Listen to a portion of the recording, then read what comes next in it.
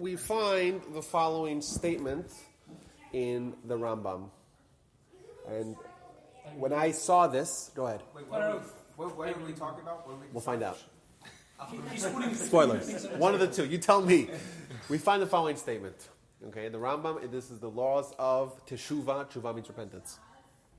And we're in Maimonides is talking about Jews who could tragically lose their portion of the world to come. Now, if you tell most people today about the portion in some other world to come, then most people say, don't tell me about a world to come. I have enough issues in the world that's at present, at large. Most people would talk about that. But in Judaism, and especially when we talk about existential Jewish philosophy, this idea of world to come is everything. Thus, your life is successful if it's reflected in you being granted a ticket to Olam Haba. And losing that ticket, especially as a Jew who starts off having a ticket and then losing it, that essentially illuminates or teaches us about your entire life that it was a waste of time, a failure. You know, so it's a very, very big deal. So Maimonides, he starts off by saying, famous statement, we know that all Jews in portion will come. However, there are those that lose it. How do you lose it? Who are the people that do it? He gives us a whole list here. It says as follows. Heretics, apostates, heathens. These are various people that have beliefs and ways of life that are antithetical to Judaism. People that join other religions. Those that are heretical regarding the divinity of the Torah, the existence of resurrection and Messiah. So three big core beliefs of Judaism. If someone says, I don't believe in the divinity of the Torah, or I don't believe in the coming of the resurrection of Messiah, those people essentially they're opting out of Judaism. People who cause the public to sin, which is a bad thing. It's not, you could sin, but sin by yourself. Sin. You cause the public to sin, you lose your portion of what to come. Those that deviate from the ways of the public. So now this is getting a little bit more lukewarm. So wait a minute, slow down. Those that deviate from the ways of the public. So you can't be a maverick. You can't be, you have to just go along with everyone else. You have to just conform to everything. What does this mean? That if you deviate from the ways of the public. Haporesh midarkei tzibur. Why is that so bad? Is that one of the laws in the Torah? One of the 630 mitzvahs? Thou shalt not deviate from the ways of the public? That's why I didn't wear my tie-dye. Well, what does that even mean? Actually, the this greatest leaders were people that deviate from the bad things that... Well, what did Abraham do? Abraham emerged in a world that was entirely pagan, and he comes with radically new ideas. He didn't want to, I'm sorry? Noah as well. Yeah, so what does it mean to deviate from the ways of the public? So let's hold that thought. We're just going to go into it. We try to explain this Rambam. But I don't know of any mitzvah in the Torah. I'm not such an expert, but I don't know of any mitzvah in the Torah that says don't deviate from the ways of the public. So what does that mean? Let's hold that thought again. Let's go a little further here. What is the word for public? Tzibur. Like shliach tzibur is the person who leads the prayer service. We call it shliach tzibur. Or shliach tzibur, if you want to be precise and nitpicky. Okay, so there's people that cause the public to sin and people that deviate from the ways of the public.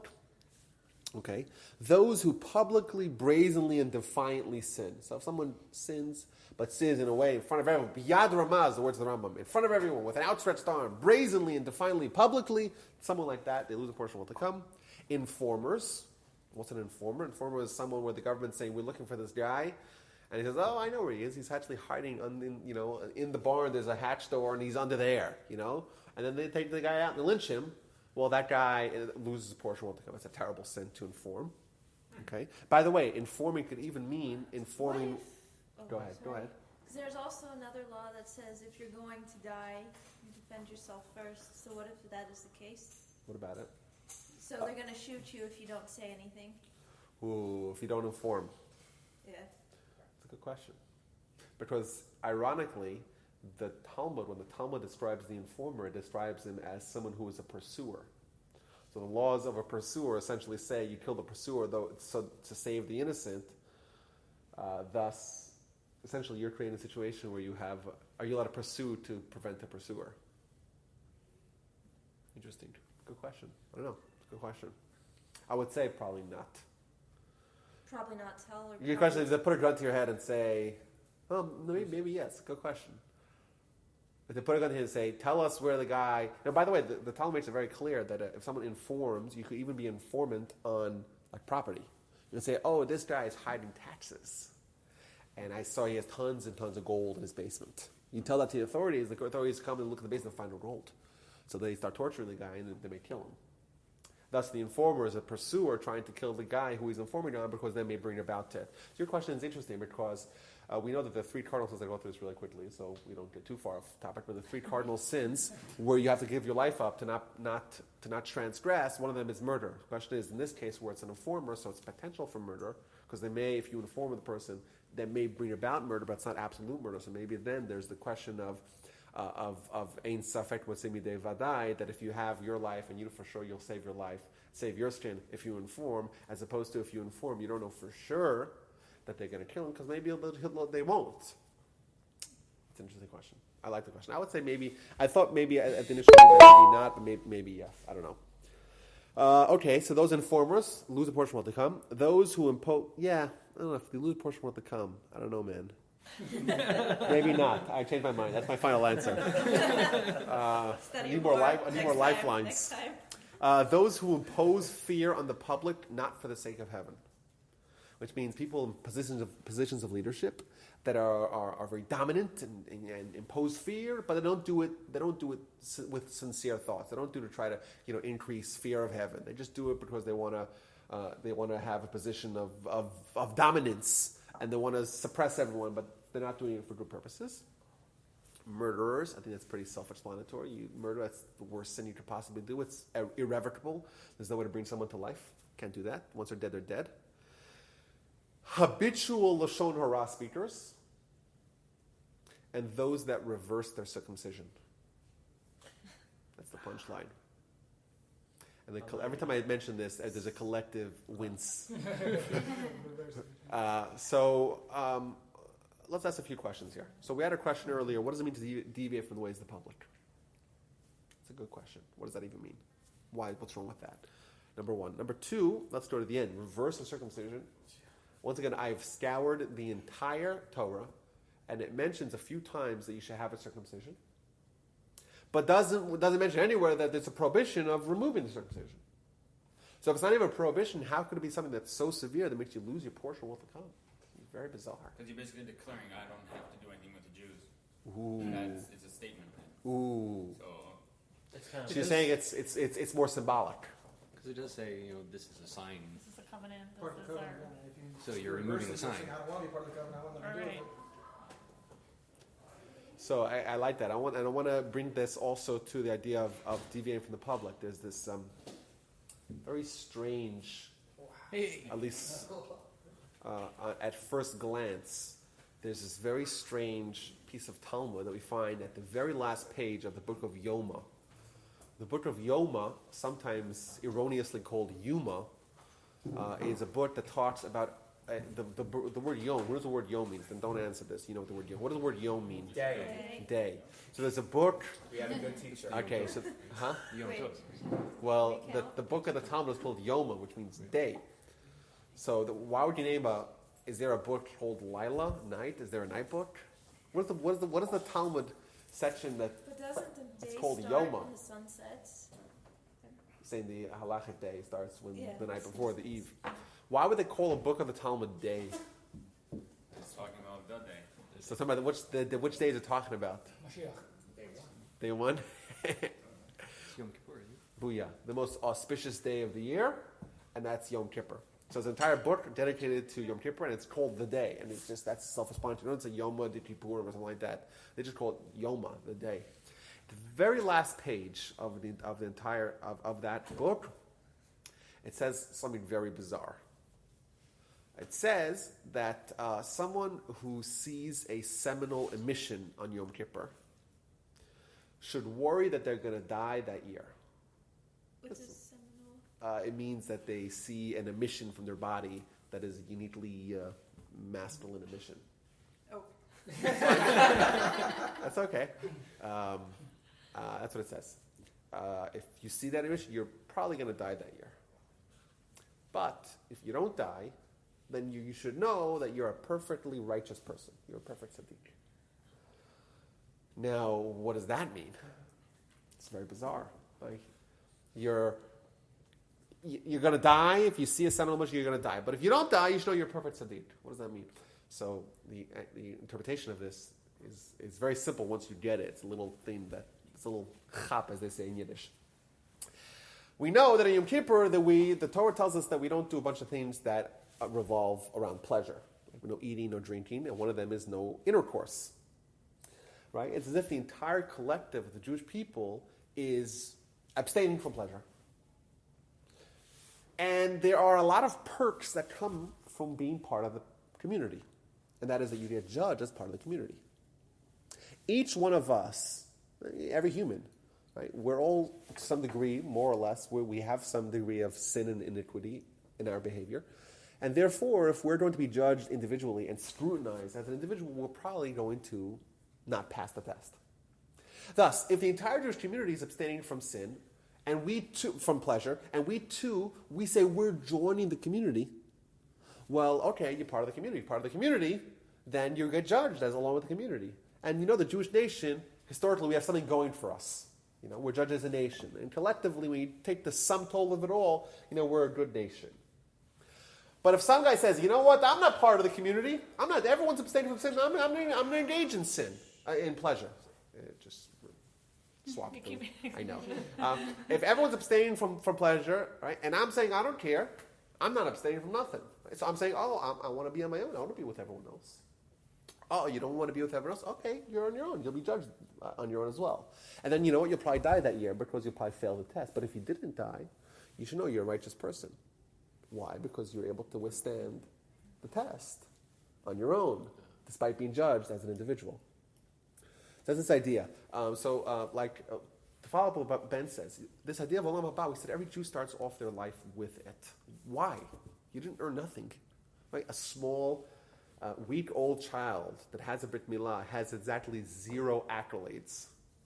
A grand total of 0. In fact, most of their life has just been negative, just been nagging and fetching and being selfish and being bratty, waking their mom up. It's a pretty bad thing to do.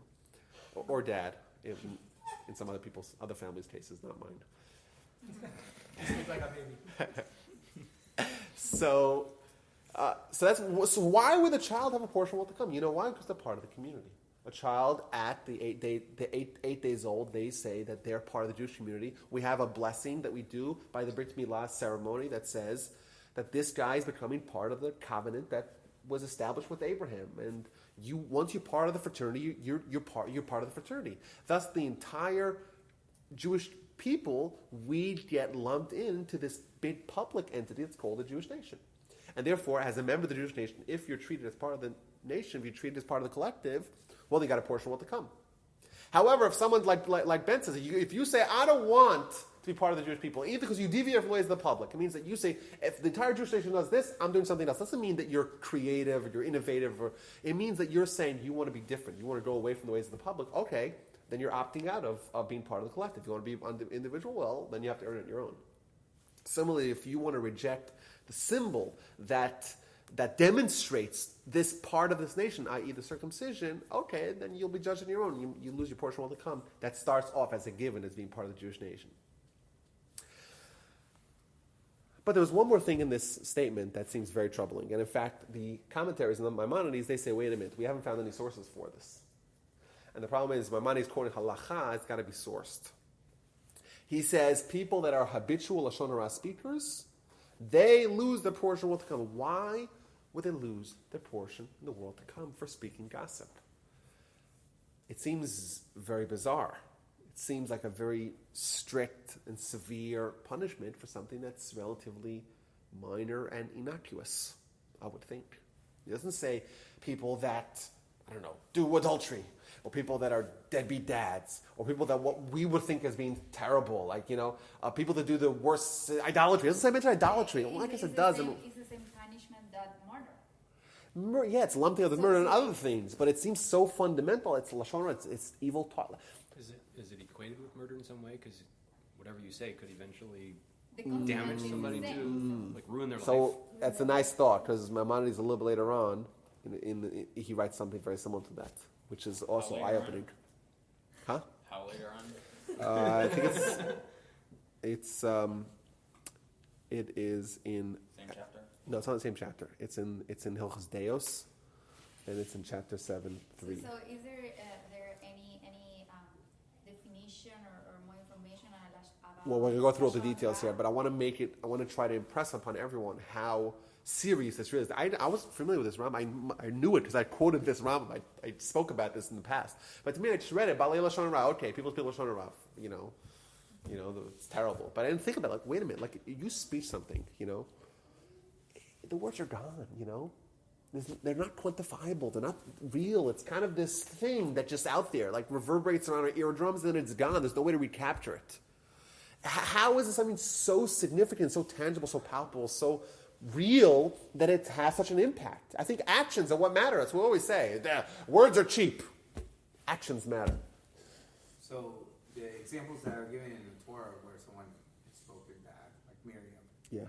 So did she lose her ability to get? So I was very precise when I was trying to be precise when I translated. It doesn't say people speak Lashon Hara. It says Ba'alei Lashon Hara, which means I translate it as habitual Lashon Hara speakers.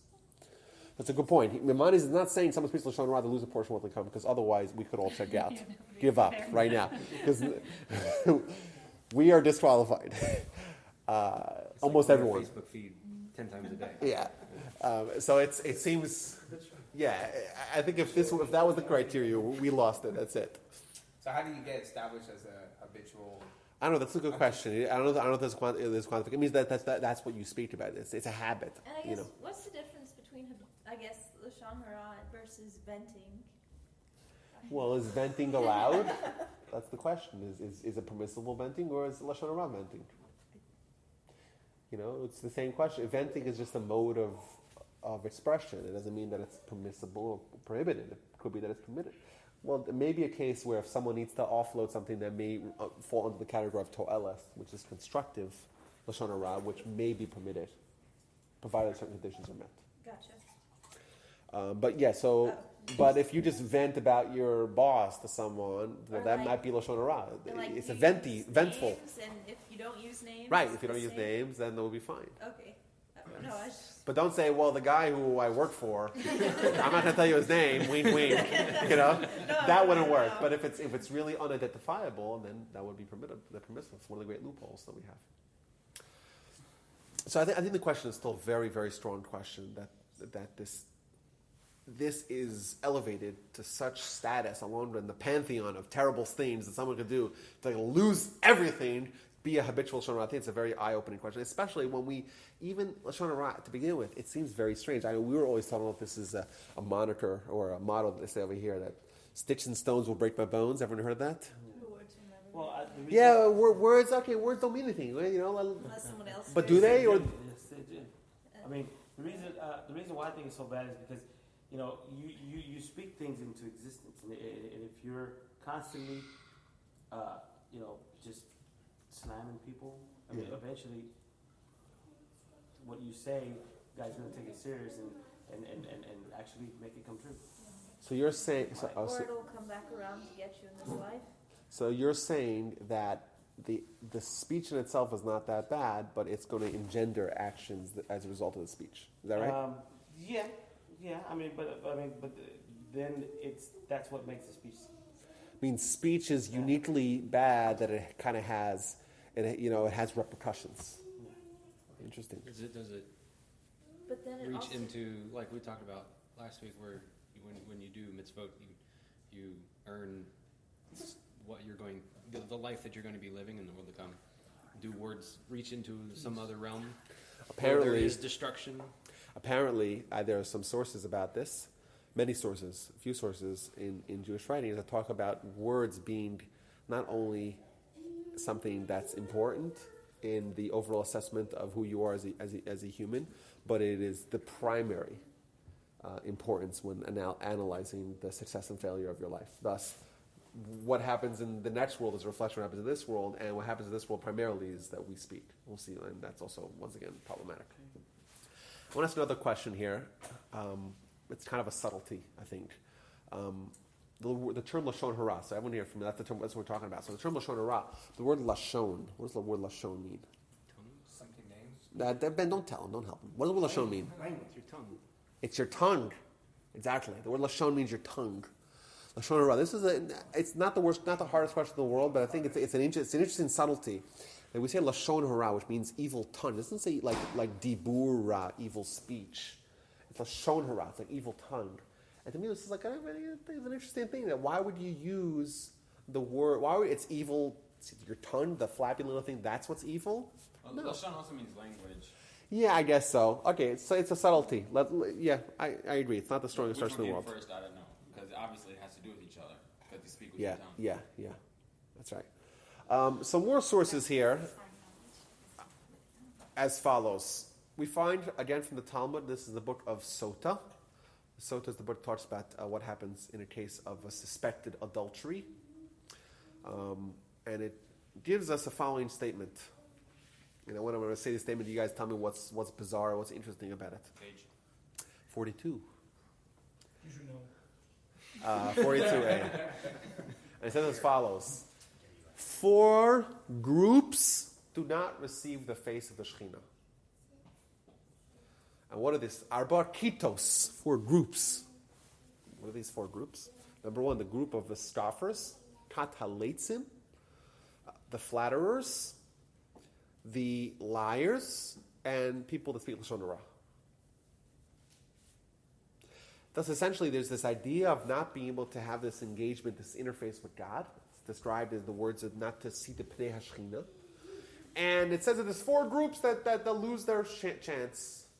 The scoffers, people that make fun of everything, the people that flatter, the people that lie, and the people that are habitual Lashon Hara speakers. So to me, a few things that obviously we could take away from this for our discussion is that when someone speaks Lashon Hara, they are essentially creating a division between them and God.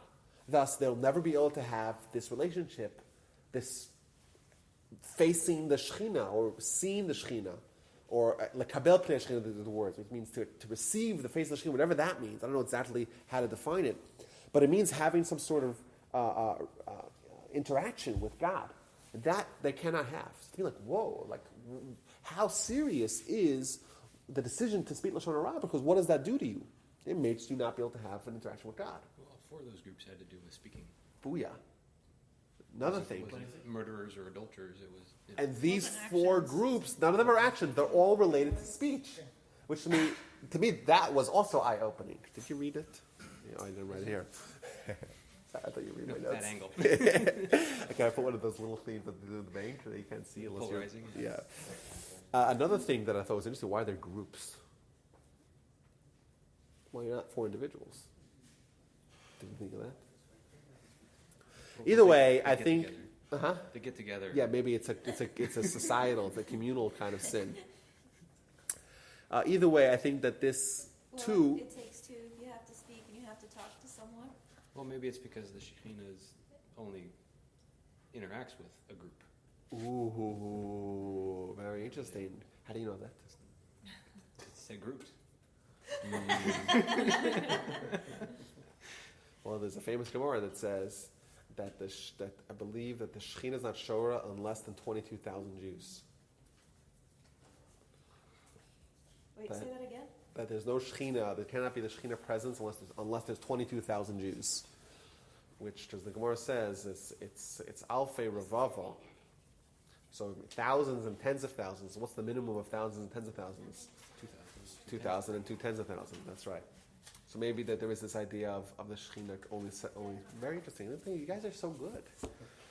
And this is the last source here before we dig in a little deeper here. And I think that if anyone had any doubts, as I did, about the seriousness of Lashon Hara, I think will be vanquished by this following statement. This is from the Rambam in Hilchot Deot. Deot means midos, basically, character. Actually, literally, it means knowledge or knowledges, which doesn't work in English, or your conceptualizations, which is interesting that Maimonides, the word that he uses for character involves cognitive functions, which is interesting. Either way, this is what he says as follows. And he talks about that we know most sins, or even good deeds. We know that reward and punishment is not in this world. He says that there's three exceptions. And he says that there's retribution extracted in this world for 3 sins. And on top of that, the sinners lose a portion of what to come. And what are they? Avodah zarah, idolatry, gilui arayot, illicit sexuality, and shlichat damim, murder. And he says as follows: V'lashon hara keneged hulam, and lashon hara is equal to all 3 of them. So essentially, if you had to ask, what's a sin that's so severe that it equals on the scale to lashon hara, to avodah zarah, idolatry, adultery, and murder? What's equal to all 3 of them? Lashon hara. What? Lashon hara? Speaking bad about someone else, saying, "Hey, dude, you know what that guy did and what he said, what happened to him." Yeah, I can agree. To me, like, whoa, where did that It come could from? destroy your life if it gets to the right. Yeah, but murder person. most certainly destroys someone's Well, life, yeah, right? Yeah, but if someone comes to me and says, "Well, I can either shoot you or I can talk bad about you," I'll be like, "Hey, say what you want." And then he gives a little punctuation mark on that and says as follows: that lashon hara kills 3 people: the speaker, the listener, and the subject. And the listener is worse than the speaker. So we kind of view the guy who listens as he's just being the sounding board for the person who's really the sinner. That's the speaker. But he says no, that the sinner is worse. The listener, the person who's accepting what the person is, what the lashon hara speaker is telling him, that guy's the worst. So I think, like we said, this I think for sure should reframe our discussion that we're going to have today. And the overall question is, why is it so important? Like, why is lashon hara, the evil speech that we do, why is that so significant, so crucial, so fundamental, and so vital to our life that it's so great, it's so grand, it's so descriptive of our lives, it's such definitive of our lives? Why? It's words, and yes, they can be painful. Potentially, they could go and there could be the butterfly effect. They could cause bad things to happen, but most times they're pretty much harmless. What's so bad about it? And why is it so severe that it's equal to these 3 sins? What about within a marriage? Could you gossip to your wife? Your wife comes home, you'll never know what Sally did, and starts. Yeah, how was your day, honey? Well, this is what happened. Is that what do you do? Is that Wait. There's 2 questions here. What do you do, or is that lashon hara? The question. You want to know if the laws of lashon hara are waived with regards to spousal conversations? Do you know Sally? like? Do I look at my wife and go, "Shut up"? Because I'm listening and that's Yeah, even because worse. that's it. I don't want to hear it. So there's 2 questions. You have to say which one you want. The laws of lashon hara are not waived with regards to your spouse. Absolutely not. Okay. So that's Lashon hara. Now, I want to stress, we're going to be talking about some cases where there are exceptions. It's possible that if your wife is into such, your wife or your spouse, or I'm not talking about you specifically, then if someone's on, Yeah, a friend of mine. He's not talking about his one. Yeah, not mine. asking for a friend. There are situations where these things, for a constructive purpose, you're allowed to speak negatively about someone else, provided that certain conditions are met. Like a therapist. Like a therapist, you're trying to prevent a danger, right? If someone did something bad, you're trying to prevent someone else from getting hurt, provided that it's first-hand information, and provided that you spoke to the guy originally, and provided there are a few conditions. You can also ridicule idolaters. Right? Yes, and there are people as well that you like to lashon hara about. So I was like, oh, what about Hitler? Can we say Hitler's a bad guy? Yes. Yeah. Absolutely. And in fact, if someone...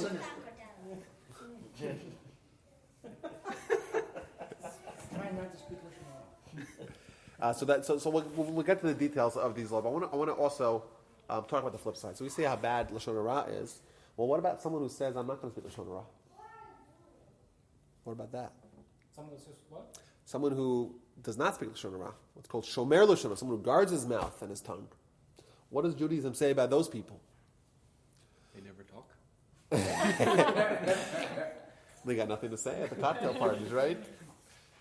As follows. 2 famous verses. Shomer piv u'lushano.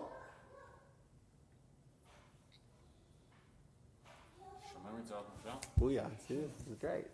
Shomer tzarot nafsho, a very famous verse in the book of Proverbs, which says, if someone guards, shomer, to guard his mouth and his tongue, guards himself from all bad things. All bad things that happen to him. That sounds pretty good. We'd take that. And then another, even a more famous verse in the book of Psalms. We say it every Shabbat morning. Mi ha'ish hachafetz chaim. I'll stop there. Has anyone heard those words together? Chafetz chaim. Anybody? Chafetz chaim. There you go. Chafetz chaim. It's like yeshivish, right? Chaim is life. So this is a verse in the book of Psalms in Tehillim. And the word Chafetz Chaim, that was the name of the book. The premier book written on the laws of Lashon Hara is called Chafetz Chaim, or Chafetz Chaim. So, Mia Yesh Chafetz Chaim, who is the man who seeks out life? Ohev Yamim, who loves days, Liros Tov, right? Wants to see amazing days of good. Who is that man who wants it? Who doesn't want that? Who doesn't want life and want to have long days of seeing good? Well, what do you do? Well, what's the secret? What's the potion? What do I take? So, nitzar l'shoncha meira, guard your tongue from bad. Usfatecha, your lips, midaber mirma, from speaking deceit.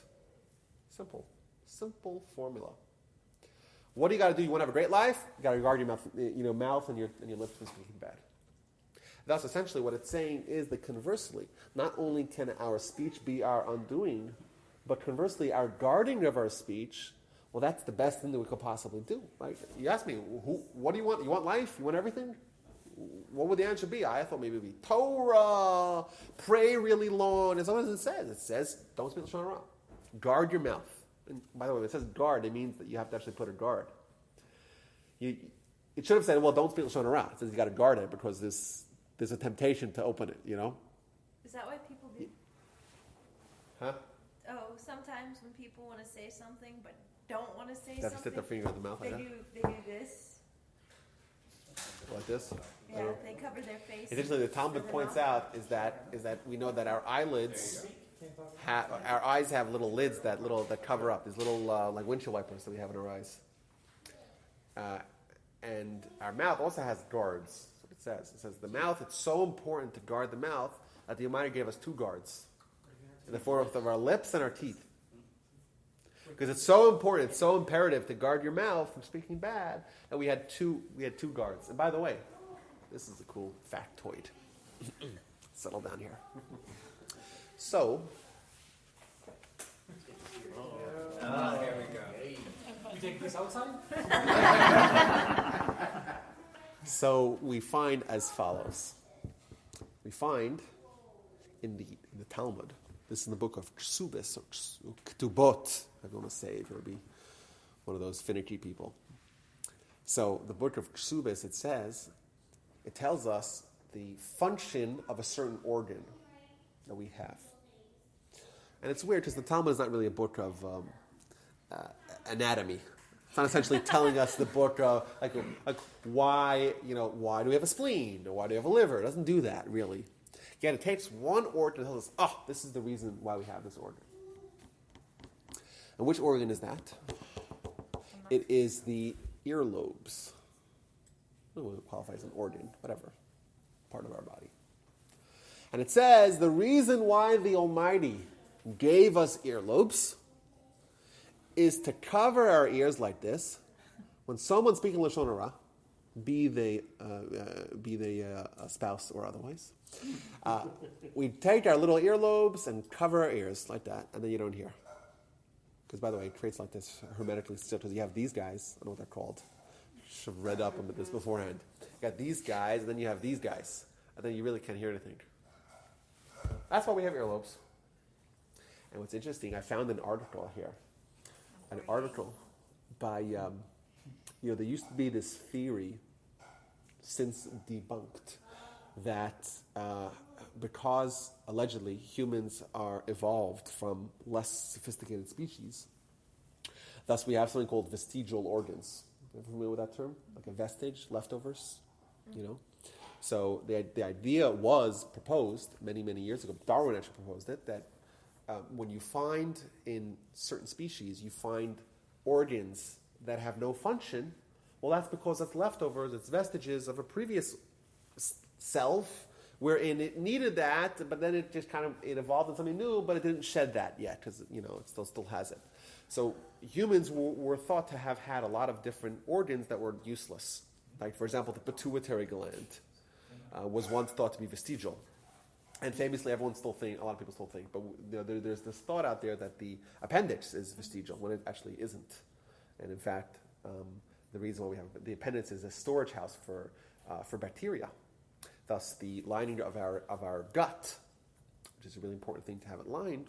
If someone were to have a bad fit of diarrhea mixed with vomiting, they may lose their bacterial lining, and that's a very dangerous thing. Thus, they might create a little storage pocket of bacteria to reline the intestines should you need that. Now, what's our problem? Got a whole pocket of bacteria hanging out. Well, no, it's a good thing about here. The problem is that we live in a society, thankfully, where we have so much access to cleanliness, we have so much clean water, and we have access to clean food, and we're so health conscious that this little organ of ours gets underutilized, and that's why it has a tendency to get infected and appendicitis. But in sub-Saharan Africa, where there's no, that's why no one there dies of appendicitis, or no one has appendicitis. That's not my words. This is from a Duke University 2007 study. They made a whole study on vestigial organs, and that was one of them that everyone thought was vestigial. And then the punchline, this is what I wanted to get to. The punchline is that it goes through 7 different vestigial organs. And the last thing that it says, however, no one knows why we have earlobes. That was the punchline. And to me, that was beautiful. And that is that the Talmud, 2,000 years earlier, said, you know what? Let me tell you the reason why we have this organ. You know why? Because eventually you'll come around to realize why you have everything else. You'll figure it out. Off to Huh? Duke School of Medicine and let them know. Well, it's interesting, right? Apparently, we're in a Jews on research team. Or not ones that studied Talmud recently. And the Talmud's sending us this message that's relevant now, really. And it's eventually you'll understand why you have every organ. Because the Almighty designed us perfectly, and we have every organ, everything has a function. However, one organ has only a spiritual function, that's it. And that's why the Talmud says, you know what, I'll tell you why you have that, because you won't be able to find the reason why you have that. Because there is no other reason besides for the fact that this is a tool to use against hearing Lashon Hara. So basically doing these huge holes that some people do in their ears, it's completely prohibited because you can hear everything. What about getting earrings too? Then you can't use it. Why not? I don't have any earrings, but... No, have you seen these prevent complete coverage. rings? Like the That big. Indians. There's a word for that. I think even if you have earrings, why can't you do it? Gauges. Gauges, that's the word. I know, I've seen those people. A lot of people do a lot of things. Well, I guess as long as the blood is still in. Stop from hearing. Some of them, you can throw a football through some of them. I have no idea why people do that. I don't know. Does anyone here think that it's attractive? I don't. No, but what I'm saying is I think it's more- change the function. Well, it's not a law in the Torah. It's kind of I'm sure those people have other issues where they come in conflict with the Torah. I don't think the Torah says anything with regards to, the size of the holes that you want to do for I earrings. don't know to a point that it won't block it out anymore. If there's a big hole in it, you can't close it off. Yeah, maybe Unless they it's could already get. plugged. Yeah, but it's more of the idea. You know what? I don't know if you actually have to do like this and like that to not hear Lashon Hara. I think it's a kind of constant reminder, dangling near your ear, the fact that this is what it's supposed to be used for. It works, right? It's pretty tight there. But I don't think that would be prohibited necessarily. I think it's still probably an act of a deviant act, I would say. But I don't think it's prohibited per se. Now, I see people who don't have any earlobes. They're just No, they have earlobes. It's just that they're not attached. They're not freestanding. floppy. Yeah, they're not floppy, but I think they're still foldable, from my understanding. It's still cartilage. They're still, yeah. It's still spiritual. It's still cartilage. Either way, I think that is, to me, that's very, very interesting. The fact that the Talmud is telling us the reasons why we have certain, because even the eyelids, maybe you could say the eyelids are there to guard our eyes from not seeing things that we shouldn't see, but okay, we all know that it has other functions as well. So you're saying this is the only organ that is described? Well- It's the only part of the body described? Well, yeah. Well, not really. Like I said, it does say that the teeth are there, but obviously we know the teeth are there for other things as well. I have to look up exactly the exact wording and see if this is the only one that's described. While we have this, but either way, I think it's very interesting that the one thing that the scientific community has not been able to isolate a reason for is the thing that we're told in the Talmud that it has a spiritual function, which is, I think, very interesting. Either way, let's get back to the topic at hand, Lashon Hara. So we clearly see the importance of refraining from speaking and from hearing Lashon Hara. The question is why? And I think it really lies in a crucial mistake that we make. Our thoughts, like we said, our thoughts are that, or our perception of our words are that they're not really so important. We always say, don't be a big talker. Let's see what you do. Yeah, that's the attitude we have. And we find it in the Torah as well, Emor ma'at v'aseh harbe, speak little and do a lot. So obviously speech isn't important, or is it? But I think that there's a gap between how impactful our words are versus how we perceive them to be. I'll give you an example. We read last week in the Parsha about the laws of Nedarim. Now, a Neder is a vow, or an oath, or a pledge, or a promise. Well, that's an example of someone who says, I'm going to become a Neder of a Nazir, right? Oh, and they shave their head. Right, that's a Nazir. Nazir is a kind of a Neder. A Neder means a vow to refrain from doing something. So, for example, if I could say, I'm not going to drink beer for 30 days. It's a very classic example of a Neder. Now, what this does is, this creates a 614th mitzvah in the Torah, temporarily. The temporary mitzvah. For the next 30 days, if I were to drink beer, they would take me to Jewish court and give me caning. They'd punish me. Why do they punish me? You drink beer. Well, what's wrong with drinking beer? It's not a Muslim country, right? We're allowed to drink beer. Right? You're allowed to drink beer. What's the problem? It's not Pesach that it's Chametz or something like that. Well, why can't you drink beer? Well, you have a new mitzvah. Who created this new mitzvah? Where's the Torah? Well, the Torah is essentially saying that via the power of our speech, we're able to create new mitzvahs. Well, who creates mitzvahs? God gives us mitzvahs. Well, essentially what it's telling us, via our power of speech, we're able to do something that is otherwise godly. Now, that's, I think, mind-blowing, the power, the potential of our speech. Another example. Well, what is it? It is forbidden to have more than what the Torah prohibits.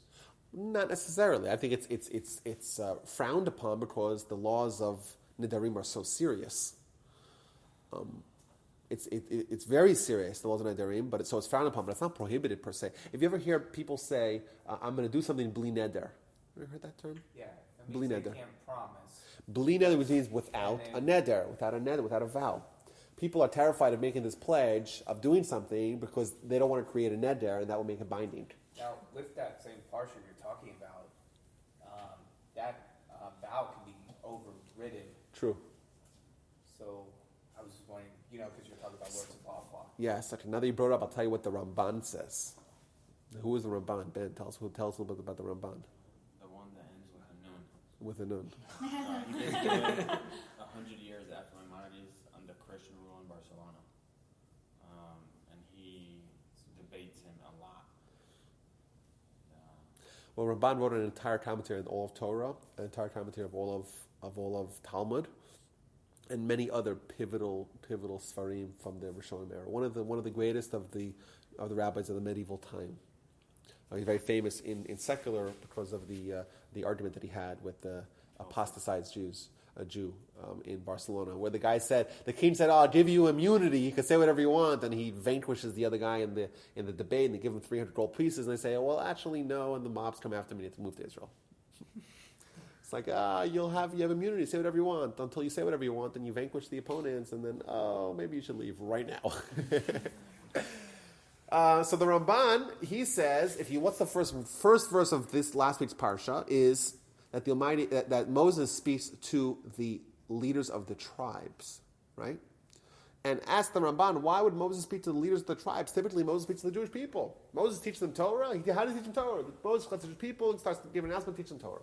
Why is he here speaking to the leaders? So Ramban tells us that because in this parsha, it contains ways to get out of a vow. And then, if you taught it to the whole populace, everyone will say, well, a vow's no big deal. I'll get out of it. Thus, Moses told it only to the leaders. They have to know it. The rest of the people, it's okay if they don't know it because we want them to realize the seriousness of a vow. And obviously, there's a gap. We don't think it's so serious. And especially if we were to not think it's so serious and we would know that there's an out, people would give vows left, right, and center. But a vow is indeed very serious. Thus, the way to get out of it is only communicated to the leaders who have the appreciation of how serious it really is. So that's your point. Yes, there is an out, but look at the first sentence. That out is not given to everyone. So there are ways to get out of a vow. But either way, the point is that we're demonstrating that via words alone, no contracts, no handshakes, nothing. Words alone can create new mitzvahs for ourselves. Thought number one. Thought number two. If someone says, Arezu Olo, you see a little animal walking around, you say, oh, my animal, I like it. Really, it's really nice, really handsome, really pretty. Beautiful animal, right? Wonderful. And you say, Harezu Ola, behold, this is an Ola. You essentially consecrated this animal. An Ola is a sacrifice. You, with your words alone, can take an animal that's a regular animal that you could use. You say something, you don't hand it off, you don't touch it, nothing. You say something, now you cannot use this animal. It belongs to the coffers of the temple. It's not even applicable. I don't even understand what you're talking My about. point is like this. My point is that Like- with words are transformative. I'll give you another example. Maybe this will be more applicable, right? Friday night, in the Fetterman home, you pour yourself a glass of wine, you say 54 words, and what happens? Talking about the Kiddush? Right? Become Shabbat. Well, Shabbat happens whether you like it or not. But, You bring in. But before, well, yeah, what you do is, you first of all, you just took this grape juice or wine and you made it into a mitzvah. But also, you did something, you stood testimony to the reality of God existing, and you did Kiddush, you sanctified Shabbat. That's what you did. How do you do that? Magic. Magic. How do you do that? With words. Any blessing that we do can change reality. We don't realize this because we don't think of it any different. We looked at the grape juice or the wine, and it was wine before, it's still wine now. We don't realize is that we essentially did something dramatic to change the status of the wine and the status of the Shabbat experience. We did a real mitzvah.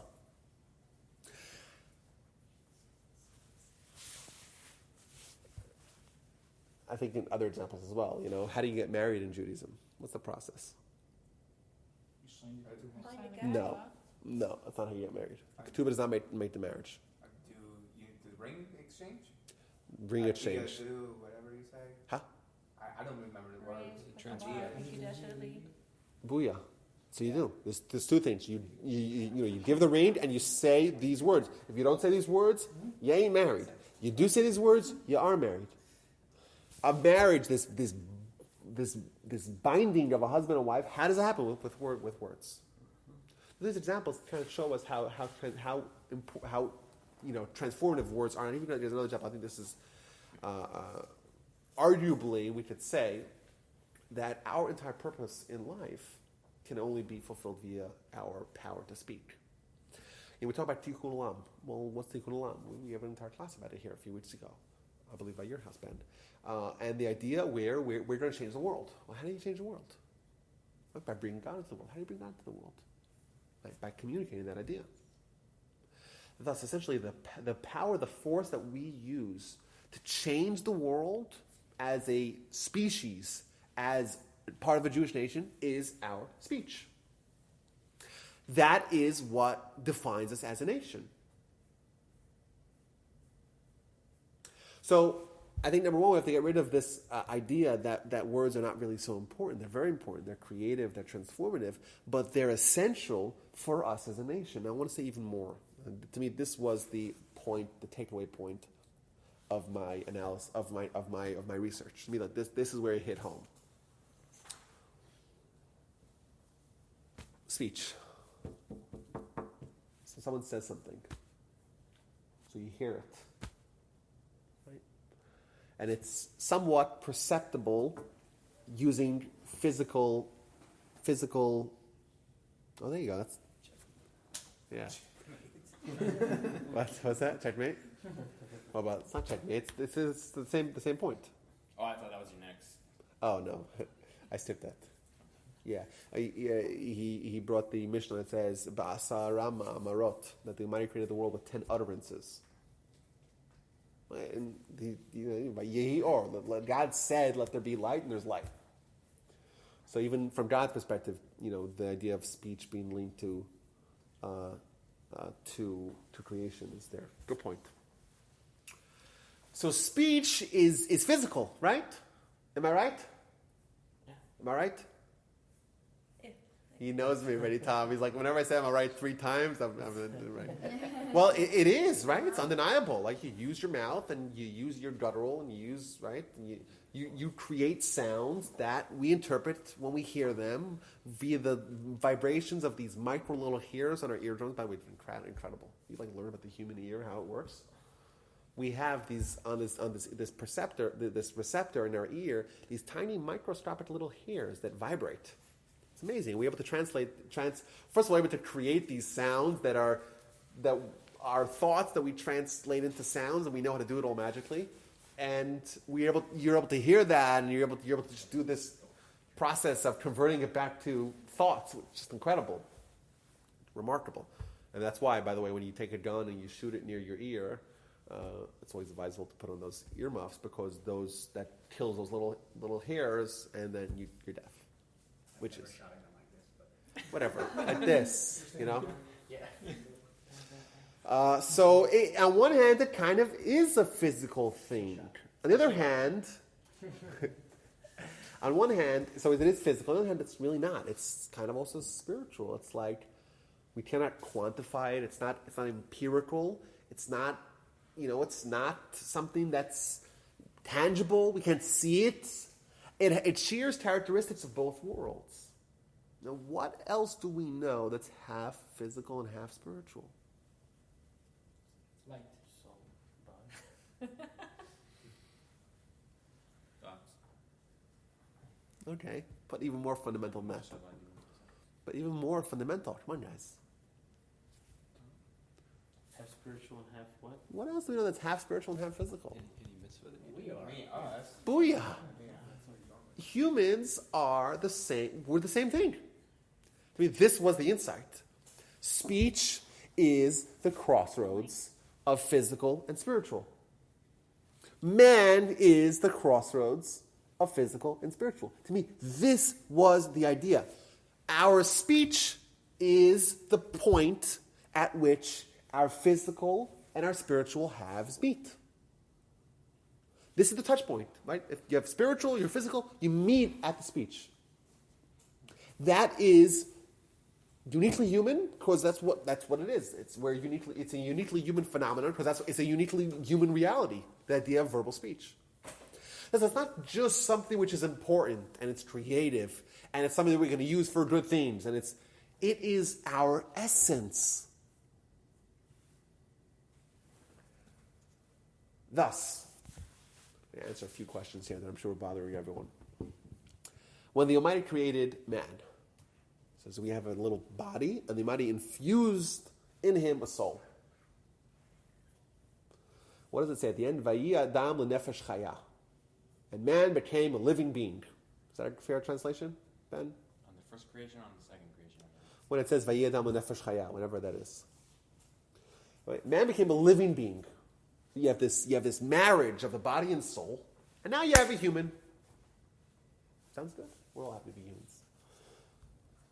Now, the Onkelos was the first sentient translation of the Torah. He writes, the way he describes it is, v'have, I don't know exactly the words, but he says, the man became a ruach memalala, which means a speaking being.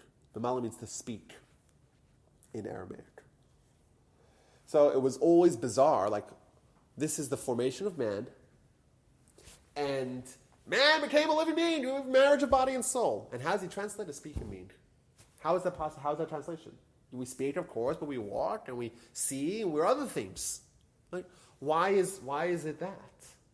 Now it makes a lot of sense. Right? The human aspect. What makes us human? Not our body, not our soul. It's not right. Animals have bodies, and angels are spiritual, entirely spiritual. You say very similar to a soul. We're not either one of them. We are the blend of the two, or the intersection of the two, where those two meet. That is what a human is. We have a body, we have a soul, but what are we? Well, we're the mix of the two. Well, what's that?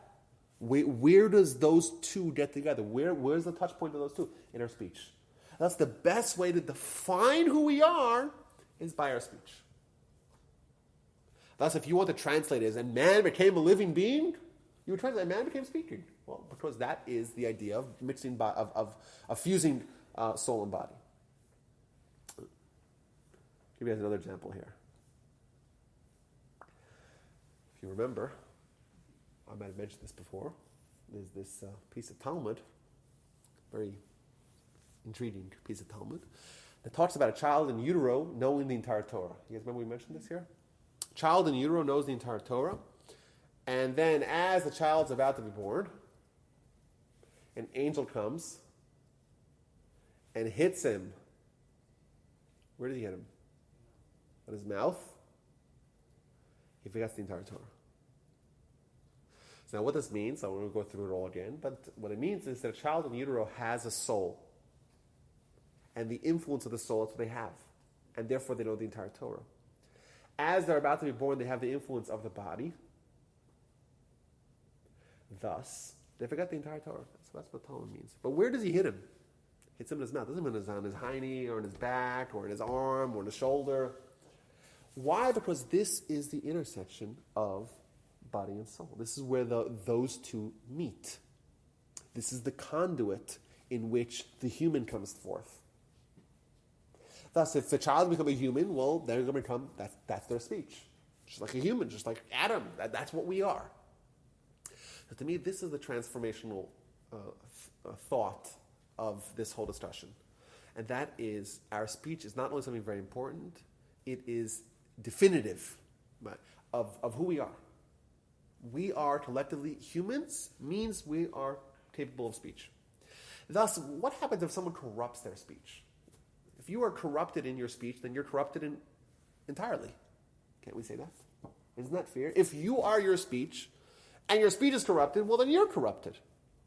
Is it such a stretch to say if someone is a habitual Lashon Hara speaker, well, they're always speaking bad, they have clearly corrupted their speech power, and thus, what about them? Well, we look back at their lives, are they successes or failures? Well, which are they? Is it such a stretch to say that they lose the portion of the world to come? I don't think so. I think now it makes a lot of sense. If you are your speech and your speech is entirely corrupted, you're a habitual Lashon Hara speaker, okay, then it makes a lot of sense to say that you failed as a human. It's not such a stretch. I don't think it's a stretch anymore. When we see Lashon Hara as being up there on the pantheon of the great sins, I think it makes a lot of sense now.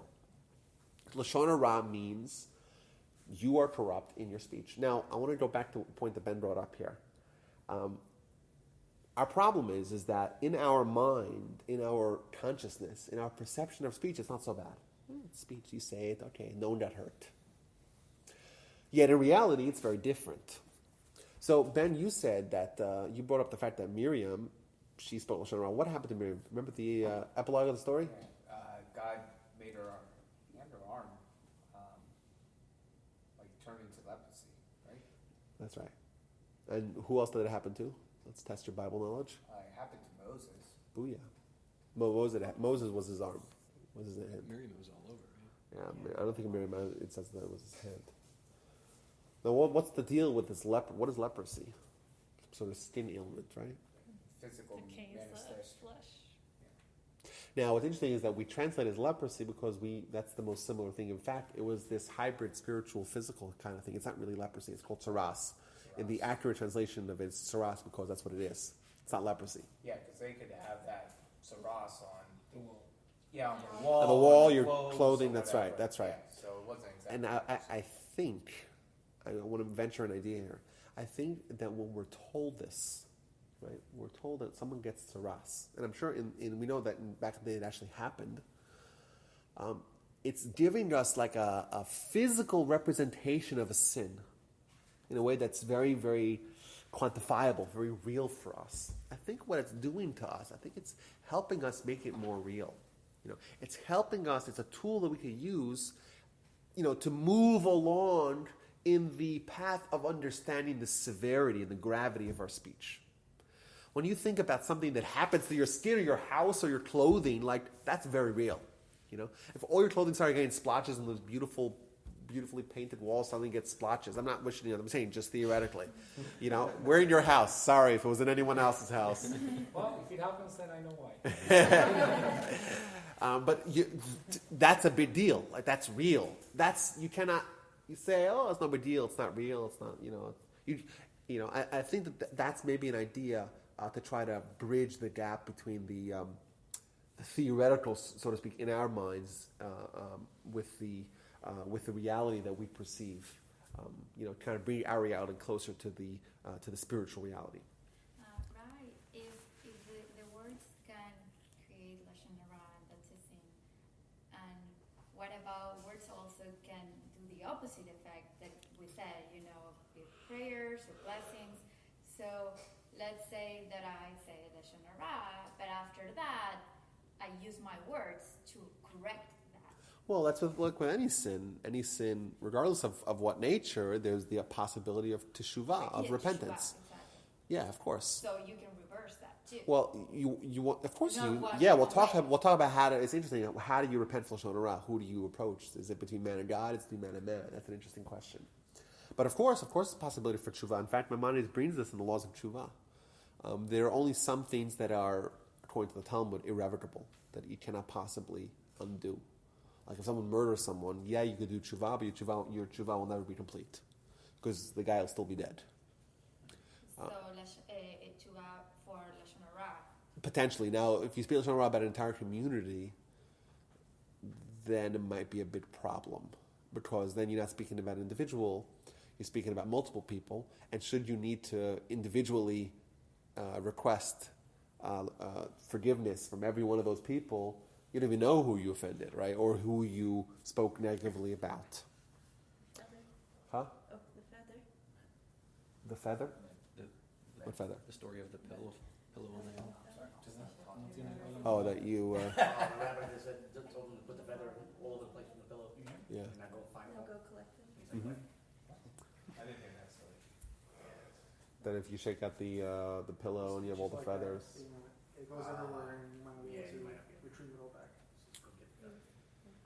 Okay, so let's talk a little bit about the laws of lashon hara. The laws of lashon hara are somewhat they're not complex, but they're exhaustive. Like the details, very exhaustive. I would highly encourage someone, if you're interested, really, and especially to benefit Elazar ben Chana. It's much more beneficial for us if we really want to help him to have a refuah shalama, to not just study about it, but actually to integrate it into our behavior. It's nice to learn about something and to go back to our house and blabber, blabber, blabber, right? On the way home on the phone, right? And that's what, unfortunately, that's what happens most of the time. You hear something, you get inspired. You say, okay, well, it's great, let's do this. And then you forget about it as you, on the threshold, of the house. It's gone. And, you might remember a little bit later on, especially if it has some nice imagery of shaking out a pillow full of feathers. That you'll remember it, but will it really change you? I think there's a huge question mark there, and I'm not talking to you guys, not to me. This is not the first time I'm going through this material. I don't. How could you potentially, if you really wanted to improve in this area, you got to do a continual, ongoing analysis of the laws of lashon hara that will creep into your behavior. There's a book that I want to recommend. Everyone get their hands on it. It's a wonderful book, and it makes it super easy to learn about lashon hara. And it's called A Lesson a Day, and it's put together by ArtScroll. And essentially, it combines the two fundamental books written about the laws of lashon hara. One of them is kind of what we did till now, kind of the reason behind it, and the inspiration, and the understanding and examples, And the other half is the laws. So what you're allowed to say, what you're not allowed to say, when you're not allowed to say, what, etc. So when you buy through Amazon, start with smile.amazon.com and choose Yeah. from Cyprus so that they donate money. Did that today. Great. I'm gonna. There's a way also, So you, instead Diego. of starting with Amazon.com, Yeah. you start with smile.amazon.com. There's Diego. Let me help you make this easier for you. There's a plugin that everyone can install on their computer. That anytime they go to Amazon, it automatically goes to Smile.Amazon with supporting whatever. Instead of that. So there's a way to do it seamlessly. Yeah, and then you have to choose which. No, but you don't have to choose it if you just have this Yeah. plugin. It just goes straight. Well, you have After to the choose first time Just I the did it, first time you have to choose. yeah, after The the website first is time the I same. did it, Yeah. when I buy something in Amazon, You it put more- automatically asks me, do you want to put it on? Right, it won't even ask you. And I say no. I'm saying there's a way to do it. No. Amazon. So, Topic switch to this, I'm like, Wait until you go. Ordering it on a book. Yes. What if you're, let's say you're just out by yourself and you're talking to God and you're praying, and can you vent that way? That's fine. That's okay. Yeah. Be like, that so-and-so, Fred did this, and I want to. Yeah, it's good because the money already knows, by the way. Yeah. it's on top of But, things. He knows where you're wrong. yeah, but that's a good way to vent. I Just mean, make that's sure the earlier. Bluetooth is off. Yeah. So there's a. I want to just simplify the laws around the basic laws. There's more details, obviously. I encourage everyone to get their hands on the book. It's a wonderful book. I read it a few times myself. It's literally it's less than 3 minutes a day. It's wonderful. So like this, Lashon Hara can break down into two different categories: speaking derogatory information about someone, person A, to person B, provided that the information is true. So if it's not true, it's something else, right? You make up libels about someone else. That's not called Lashon Hara. It's called Motzi Shemra. It's a different classification. But any sort of derogatory information that is either objectifiably derogatory or it is subjectively derogatory based upon the preferences and opinions of the speaker and or listener. So thus, if you think it's bad, even though the listener doesn't think it's bad, it's Lashon Hara. If you think it's okay and the listener thinks it's bad, it's Lashon Hara. If you both think it's okay, but it is objectively bad, it's Lashon Hara. Right. If it's if it's ambiguous, it may be interpreted as Lashon Hara. So you could say someone, hey, this is a well-meaning fellow. That's ambiguous. It could mean he's well-meaning, this really nice character, or it could be well-meaning, but not the sharpest knife in the drawer. That's something. It's ambiguous. It can mean one of the two. That you might be tiptoeing Lashon Hara. You don't know that. It's very close because that could be, the interpretation could be negative. Thus, in any facet of someone's life, if you say something that's derogatory about them, or can be interpreted as derogatory, that's true in Lashon Hara. So how do you, like HR kind of stuff? Yes, he worked here. Oh, so what's the question? If someone Someone asked me, how old is this person? What do you know about him? Yes. All I can say is yes, he worked here. That's a very question, because remember, this is, and the second half, let me check the second half, I'll get back to your question in a second, which makes your question more perplexing, or more difficult, and that is that if something is not derogatory, but it's harmful in any way, physically, even monetarily, that would be prohibited as well, even if it's objectively not derogatory. So if you're to say information that's going to jeopardize someone's livelihood, that would be Lashon Hara, irrespective of whether or not it's derogatory or not. So how would you? So if you could say someone, this person doesn't, they can't type 60 words a minute, or this person cannot type 100 words a minute. Well, I don't think it's necessarily derogatory, but it could jeopardize someone's job. But if he They'll be does hired. get that job and he can't do it, You know, it's the not person that- who's paying, That's not he's that's losing that's out, not so. that's not your job to worry about them. It means let them do their due diligence. You No, don't have to I'm tell them saying that. no matter what you're gonna do, someone is gonna lose money. No, not necessarily. Because if you can't do the job, he's hired. No. If that person wants to know how fast they type, bring them a computer and put a shot clock and let them figure it out. Right? But you shouldn't say that the person could barely type 55 words a minute or 55 words an hour. Yeah, but even You know, in circumstances- you're doing something which is not necessarily bad. I don't think it's bad to not type fast. Some people don't type at all, right? You know, you have the two finger. I don't think it's bad, but it's going to they're potentially to lose money from it, and that is lashon hara, irrespective of whether or not it's derogatory. So your case of HR, if someone calls up from they want to hire this person, I wonder what you think about him. So you think he's a terrible guy and he's incompetent. All I say is he worked here. Right, you're That's right. it. That's That's I don't what Michael think you're Shonara. allowed to say legally too. I was gonna Huh? say, I don't think And- you're allowed to say anything. and No, that's I also- you're not. in- It's in- against Texas law. To say something. No, You that's can all only, you're you can allowed only to verify say. if they work there or You Oh. not. can't say if Oh. they're good, and you can't say if Yeah, they're bad. You can legally. only say they Just to worked here. verify employment. Well, Really? yeah. You can't say anything good She either? should know. Why not? In the last 15 years, there are many lawsuits because you give bad references about somewhere and they can sue you. Yeah, but why can't you because say of- good things? Why can't you say good things? No, I mean, if you say Well, the good law is things, to nobody prevent will bad say things. anything. Huh? The law is intended to prevent the bad things. Oh, because if you don't say any good things, then it's One clearly rush- bad. They one can rush sue and you we'll- that they couldn't find a job because of you, Hmm. so companies don't give that Okay. information anymore. But either way, like, what about, But we write all the time. I mean, letters of recommendations and stuff like that. That's in And the you say- academy. Bad and good things. You can say. But that's the person asking you to provide that letter. Yeah, Right. it's different. That's different. I would Versus a ask hiring you. organization. Well, if you ask me, I can say lashon Yeah, hara. no. no, Well, I'm they say, not. they say if you solicit, They would probably Then it's read not the lashon letter hara. before they gave You it should to say, their I think you should employer. ask somebody else. If you don't do that, then that's your own doing. no, but lashon hara, Paper. it depends whether you're asked to provide opinion or not. Why should that change the law? That's what I'm saying. No, Yeah. prompted. doesn't matter. Even if you're If there's prompted to speak lashon hara, you can't speak lashon hara. Just like if you're prompted, if someone asks you to murder someone, well, he asked me Yes, nicely. yeah, right. You know, it doesn't change. Why should that change What anything? I'm saying is, wait, You paid let's in say Huh? You paid in I was advance. employed He by said you, it in full, okay, in 50s and 20s, and like I I did a asked. fairly good job, Unmarked. but it was a temp position. So I go on to my next job. They can call you and you can't say anything to them. But if I came to you and I was like, hey, can I have a reference?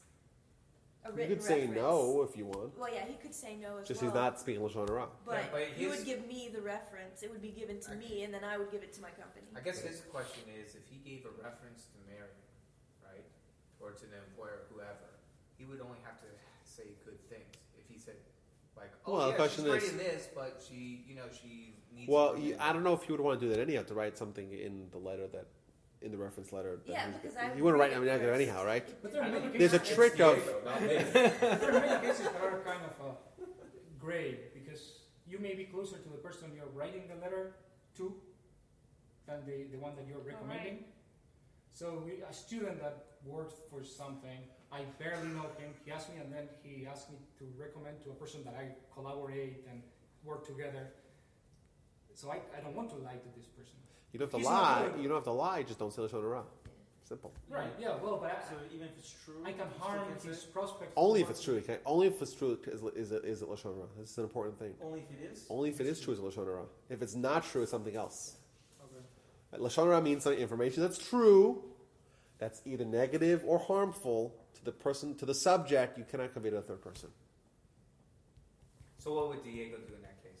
I think what Diego would probably do, he would find something positive to say and write something that's positive. And that person will know that if you're not being so overly effusive about the guy, okay, then he is what he is, you know, but it's positive, it's not negative. That's the code for it. You just keep it Yeah. abundantly short, Yeah, but and that's that's not the way like, it works. alright. He's a great the other guy. person will come and say, He dresses well. "You gave me the worst student that you have." But that's Harmful for the other person and for the student. Or say, I don't write letters of recommendation.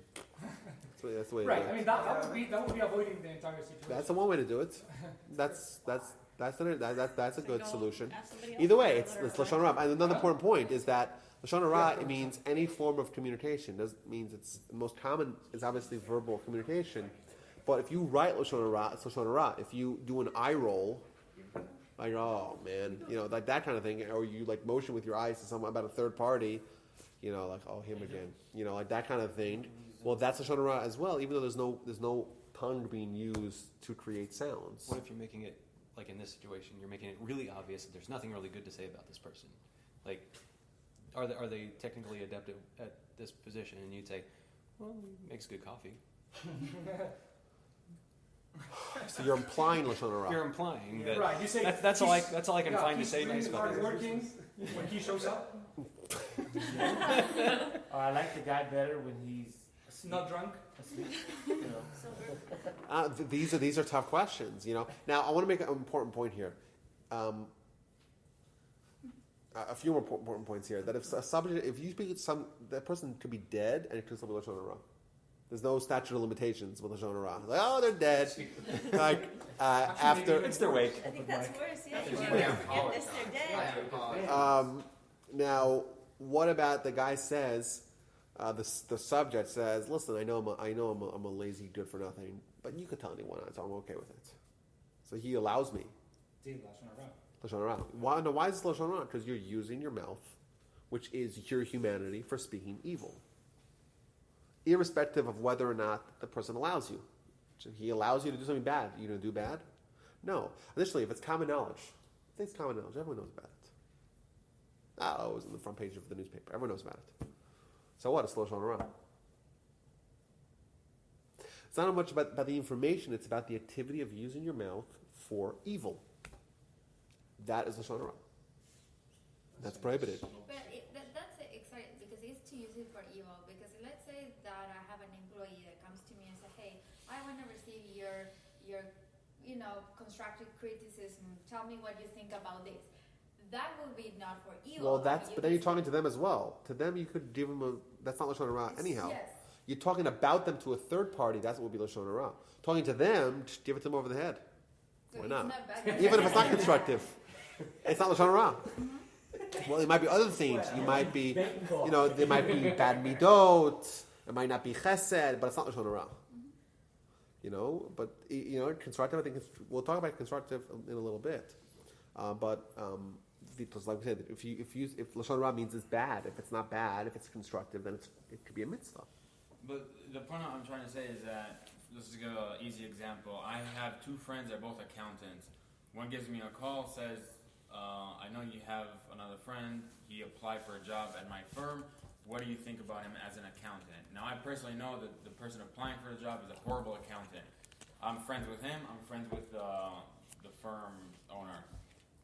So if I say, well, he's a good employee, if I say good things, then he's going to hire him, and then this guy's going to lose money. If I say, because he's going to mess up the books and he will lose money, get lost, or whateher. Yeah. So If here, I say bad things, no, he's a bad accountant. Okay. So which this is true. is a better example. I think this is a better example. Yeah.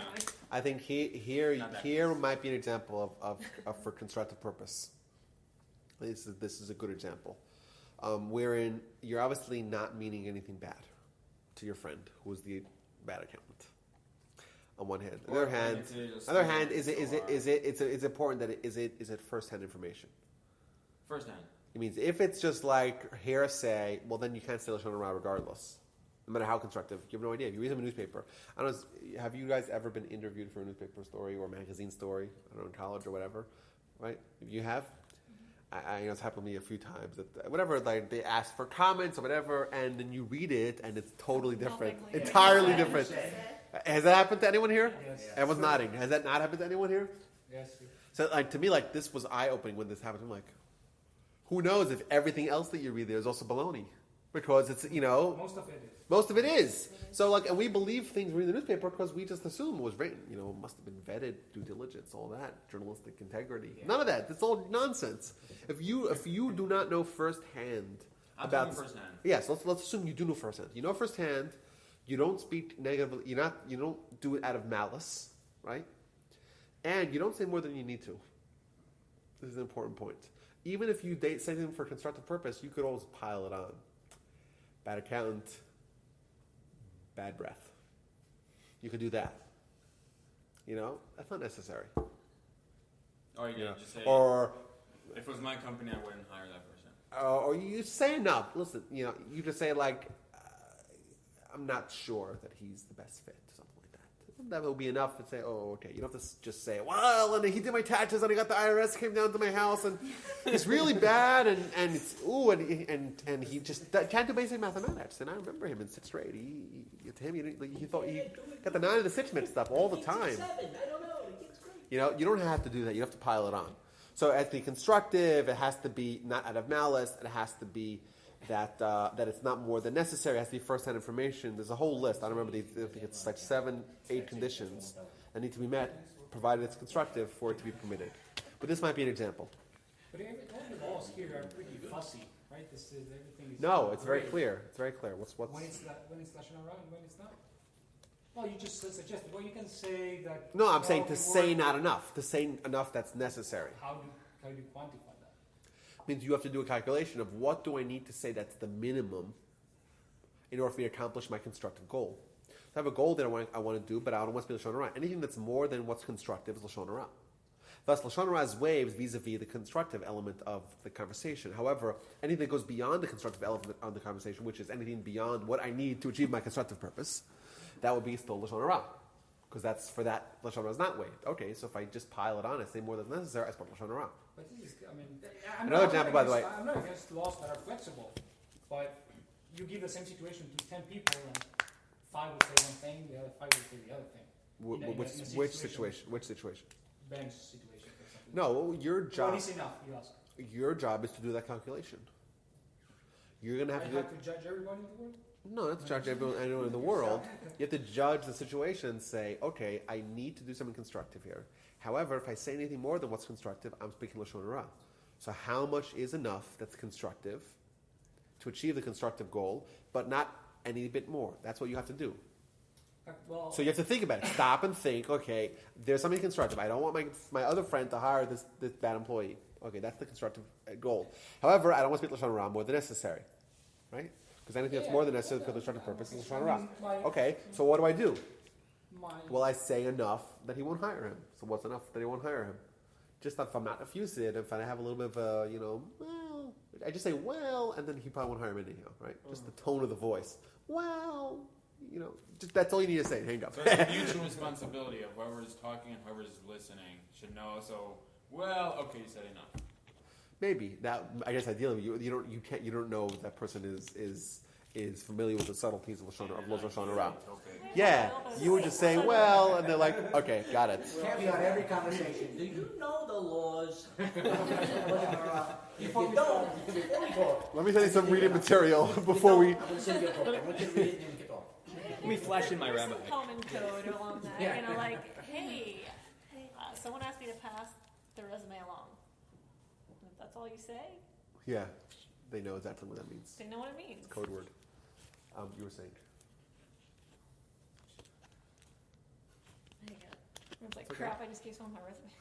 No. Yeah. I have 5 years Great. in the city until I'm divested, so. Oh, okay. So, like, names are out and references to people who would know are out.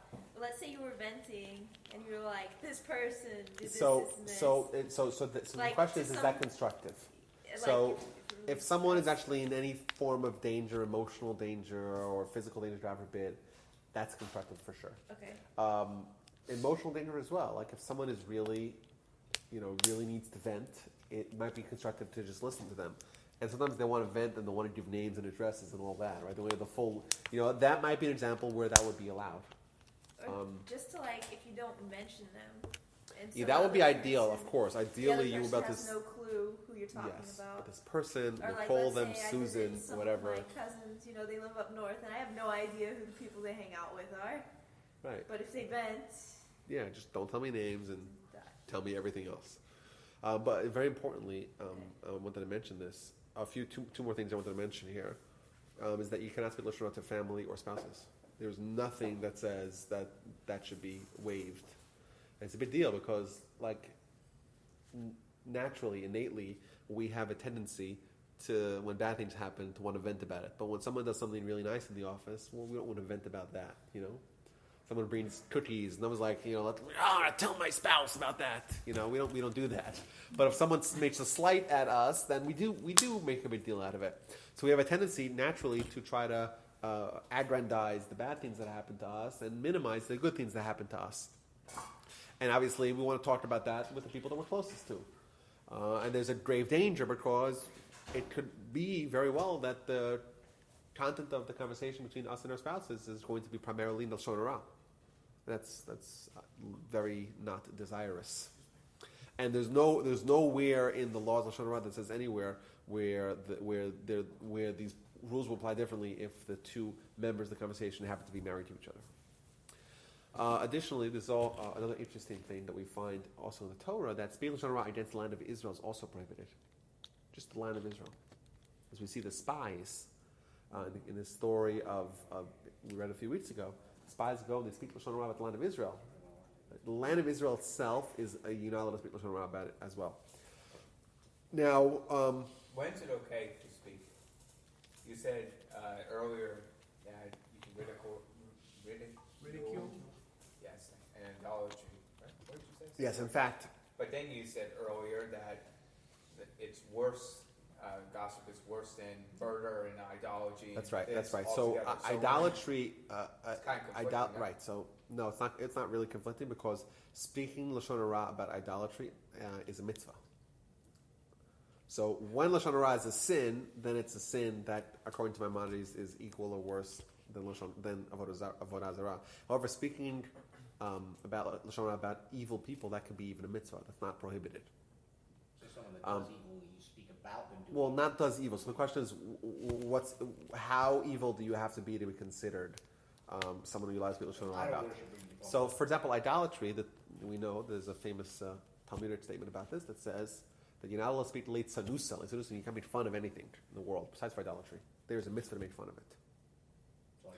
So the fact that But you consider like Christianity. I don't consider it. It is by the Jewish definition of it is. It's a lot closer than ancient. Of course, how else would you define it? They're worshiping an egg or ice cubes or whatever they call it. What?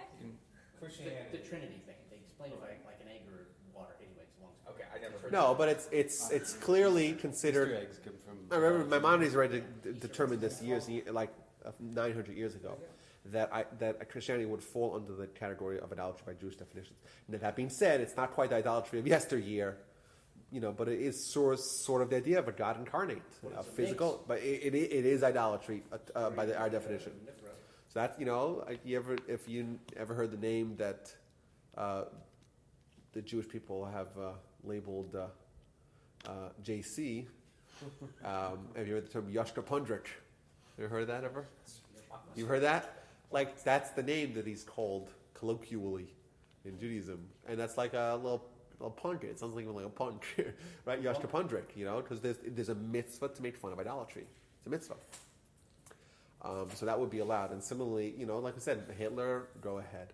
Now, that being said, what if someone's a sinner, but not a malicious sinner, not a deliberate sinner? Someone is most people today are not deliberate, defiant, spiteful sinners. Most people are just sinners because they like cheeseburgers, and Jews, even non-Jews. We don't speak negatively about non-Jews, just, we don't do that. That being said, the prohibition for non-Jews would certainly, I don't know if there'll be a prohibition against speaking, I don't know, it's a good question. But let's talk about Jews for a second here. For Jews, even if someone does every sin in the Torah, they wouldn't be considered someone who likes Lashon Hara against, unless they are deliberate, defiant, malicious sinners. Even then, there's no mitzvah to speak Lashon Hara about them. They're not quite. It's not quite a mitzvah. You might be allowed to, but even then, it's very hard to find people today. Most Jews today are either involved or they've checked out a few generations ago. But we don't have people that are knowledgeable Jews who are, people that understand Judaism yet are spitefully opposed to Judaism. We don't find that existed in abundance 100 years ago.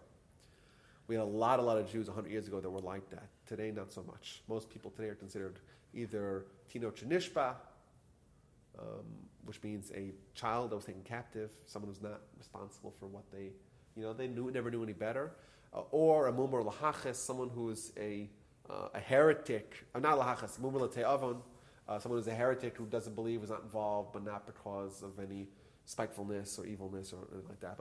But the category of someone that you're like to Lashon Hara is called a mumar lahachas, which means someone who is a heretic or a heathen, lahachas, which means to anger, to anger God. If someone is like, I want to anger God, that's the guy you let speak Lashon Hara about.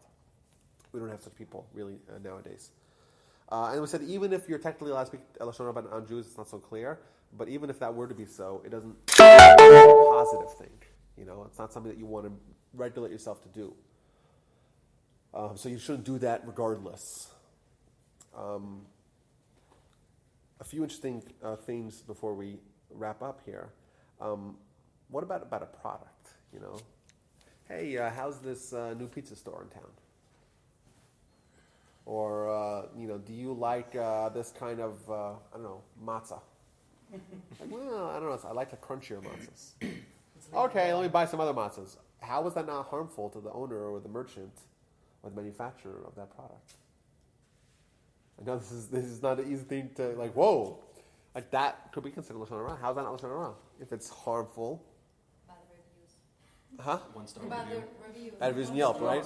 Yeah. How is that not harmful? I don't know. You tell me how that's not harmful. That could be. I mean, that's scary. How exhaustive these laws could be. Is it or no, it's not? I think it is. I think it is harmful, but it's something we have to get used to. We're not used to being so careful and weighing every word. Additionally, All the authorities will think that is lashon hara. I'm sorry. All the authorities. Well, like we will said, say, this is lashon hara. yeah. So remember, but then you don't want the guy to go there and then eat the terrible food in the restaurant, and throw up everywhere, and have a stomach virus, right? You don't want that either. So it's constructive. You'll say, well, there's a better pizza shop across the street. Maybe then, I don't know. Like, it's a good question. Like, you have to learn the laws. There's 187 days in that a lesson a day book that I recommended. And I'm sure we'll deal with this kind of question. Like, this is a good question. What do? You let someone go buy the inferior product? Well, that's also negative. That's also damaging for them. So, well, what do you say? Is it, then you're harming the merchant? I don't know. It's a very good question. My question is more, for example, for capital punishment kind of thing, right? The laws are very clear, right? If you pick the bricks and there are two people, they have to see and they tell you exactly what you Okay. to the law, right? The letter, what you have to do, and then you can kill them. But for these things, which are even worse than death, Well, I won't say they're which is worse. missing- I'm just missing saying part of in the some, law. yeah, for a habitual Lashon Hara speaker. But I'm not going to say it's worse, but in some capacities it is worse. The laws are. Well, not that clear. it's not, but you haven't read the book yet. Get back to me and read the book. Tell me if it's clear or not. So after I read the book, I know exactly for Yes. the If matzah, you read the book, you should find the answers to every one of these questions, especially read the footnotes. Especially if you read the footnotes. This is all discussed. What about this? This is another thing that we wouldn't really think of it as Lashon Hara. What about if you praise someone? Give some effusive praise. All genuine. But it's genuine. All genuine. You're not flattering, right? All genuine, all true.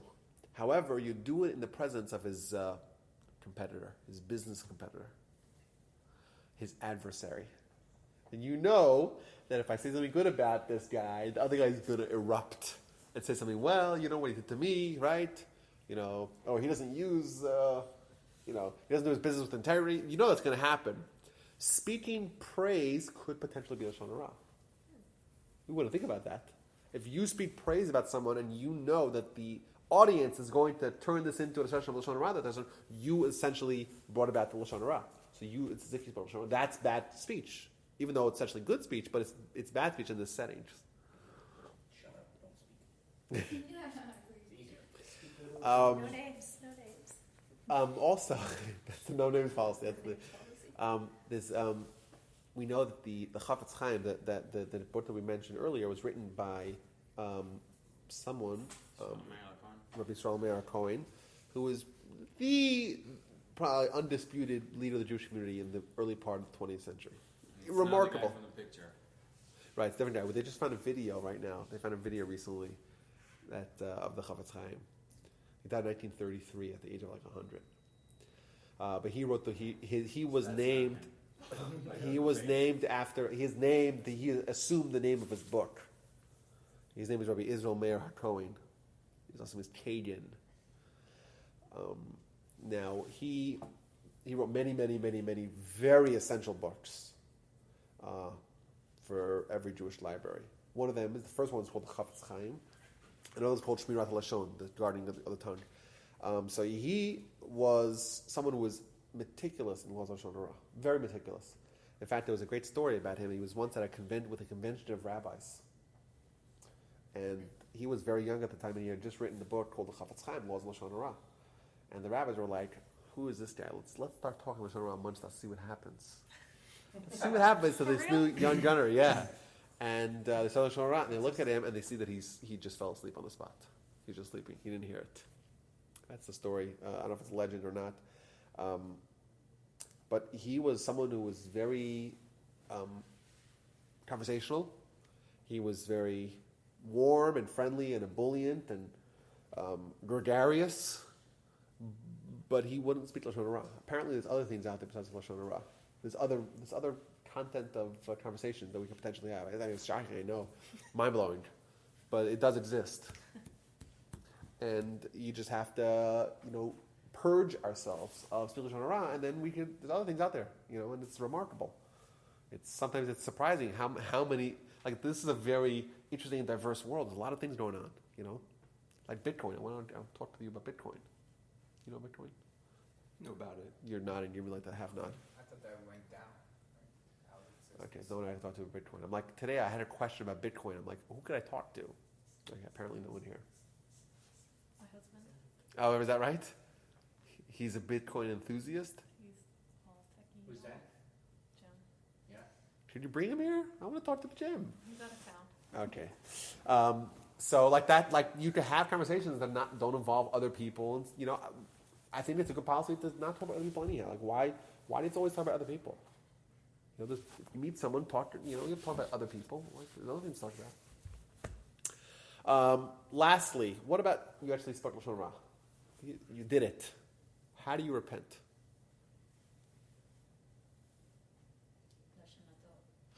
Well, of course, that you would change your behavior. You have to ask the person. Do you have to ask the person or not? Then what would happen if you would ask the person? They'd be mad at you initially because you spoke behind their back. You said, "What about me to who?" Yeah. So this is a little bit of a problem because we know typically that when you do something bad against your fellow, you have to appease your fellow and ask forgiveness from him. You can't just go straight to God and say, "Oh, God, forgive me for my sin that I did stealing from my neighbor." You can't do that. You have to go to the person themselves. Yet over here, you go to the person themselves, they're going to be very offended, and it'll cause even more discord between you and them. And what good is your repentance if all you did was you just you're fomenting more hatred amongst the Jewish people? Is that what the so the Chafetz Chaim writes that you should not go. This is a matter of controversy, but the Chafetz Chaim writes that you should not go and ask the person forgiveness unless you actually cause them harm. So if you cause them monetary harm, then you might have to actually pay the money because it's harm that you caused them. That would be a different case. But most cases where there's no actual harm done, then don't approach them and just do tshuva like you do any sin between man and God. You confess to God. You don't have to involve that person at all. So that's that. I think The third party. What the person who heard it? the person that heard it has to do his tshuva as well. But you don't go back to that person. And say, Well, if it's "Sorry not for unloading true, on you," if it's not true, then you better go over to that person and correct the information. So, I have a question. I guess this goes Go back ahead. to the previous what we were talking about. So what happens if you try to make it positive, if you will? Should I spin it? No, like someone says, this person did this, this, and this, and you can't really avoid the first because he'll come to you and be like, when people are mad and they want to vent, they'll be there, and you're like, yes, but remember when he did this, this, and this. Or try to give them the benefit of the doubt. Yeah. Yeah, the benefit of the doubt it's a very good skill to have because that you'll be able to try to think of maybe they behaved in such a manner because of something else that was bothering them. You could kind of justify their behavior. But you would still have to listen in order to respond. Wait, if someone comes over to you, Yeah. paint the scenario. Someone comes to you and starts talking about a third party. Yeah. Can you Okay. interject and say, "No, wait a minute. What you're saying might be true, but here's the reason why they might have done it," and justify Or it, and maybe then you put it in the say, good light. listen, you could change the conversation deftly, or you have to be aware. Like you have to be ready to try to stop yourself. I think it's But if you're convincing them of a different perspective, then maybe you're stopping them from continuing that. right. So Yeah. right. So that will be a good thing. But I think it's even better to not hear it. Well, it's a good question. Like, should you listen to? It's like should we sin with the potential maybe trying to rectify it by saying, Change their ways. let me hear. Now, when you Well, just maybe told me- this. I don't know about that. I think it's probably better to try to. And most people don't even realize that they're speaking negatively about other people. Like that's. And I think if you demonstrate that this is something that you're not interested in hearing because you don't hear bad about other people, then they come to their senses and they say, "Oh, maybe I don't want to say this anyhow." People aren't So necessarily insistent on saying something. If they're insistent, they may be pivoting over to the realm of constructive lashon hara. Because if they're so insistent about telling you this, then maybe it really is so important that it's constructive. But a lot of times it's a misconception anyway. Yeah. Well, that's yeah. They come to you and this guy's a jerk, he did this, he did that. Well, you don't know all the circumstances. Well, You is he don't really a know jerk, what or happened. is it justified? Yeah, you passed him in the elevator, you said hello to him, and he didn't say nothing, you just kept walking. He kind of shrugged his shoulders at you. Yeah, well, what a jerk. He didn't say hi to me, I said hi to him, he's a jerk. Well, what was going on previous to that? Did his wife just call him and tell him, his dog died, his cat died? I mean, what's going on? I think he would Don't know the probably be delighted. background, so you have no idea what's happening. So you made an assumption. That's right. That's a very healthy perspective of judging favorably. I think that would help a lot. So you think it's better to stay in the conversation and say that? than- No, I think it's probably better to stay out of the conversation and use these. No. Like if the conversation comes to you, Try to stop the Use conversation. your Because Yeah. that might help them realize that it's lashon hara in the first place without having. Yeah, to there's hear also it there's also a and way then of defend it. of having like this. That means you don't have to say, well, I don't want to hear what you have to say in lashon hara. Like that's kind of also, it's a little arrogant I as feel well. like you're just smacking But there's them in the face I think too. our society has kind of perfected the ability of disinterest, of displaying disinterest. I couldn't tell which one. Where you kind of get like fuzzy eye to pull out your phone. Like, oh yeah, sure, tell me more. And they're like, we're very good at that. Hey, how You about know? them bears? Something like that. I don't know. It doesn't have to be, it could be a little smooth about it. But either way, I think that if we do this, and if everyone accepts upon themselves to try to be a little bit more vigilant in this one area of our lives, it could be indeed transformative. It could be something, like we said, it's something so essential to who we are as humans and as Jews, most certainly. Additionally, I think, we have a member of our community, Elazar ben Chana, or Lazar. Laser. Laser is usually a shortening, a nickname for Elazar. Whatever, this individual, who needs refuah shlema, and nothing, I don't want to say nothing, but almost nothing is as powerful as Torah study, especially if that is coupled with study with the intention of fulfillment. We know that someone who studies with the intention of actually applying it, then they'll end up learning and teaching and being fulfilled. They're about to do it all. That's closing the loop, so to speak, of the spiritual achievement of study. It's not just a study. Oh, you could study, like we mentioned. Did we mention this about the people? Oh, we did mention last week about the people in South Korea that study Talmud. We don't want to be South Korean studying Talmud to try to sharpen our minds. That's not what we want to do. We want to be studying Torah to have it make us better people. So how does it make us better people? So we could study it for the intellectual analysis, and that's great.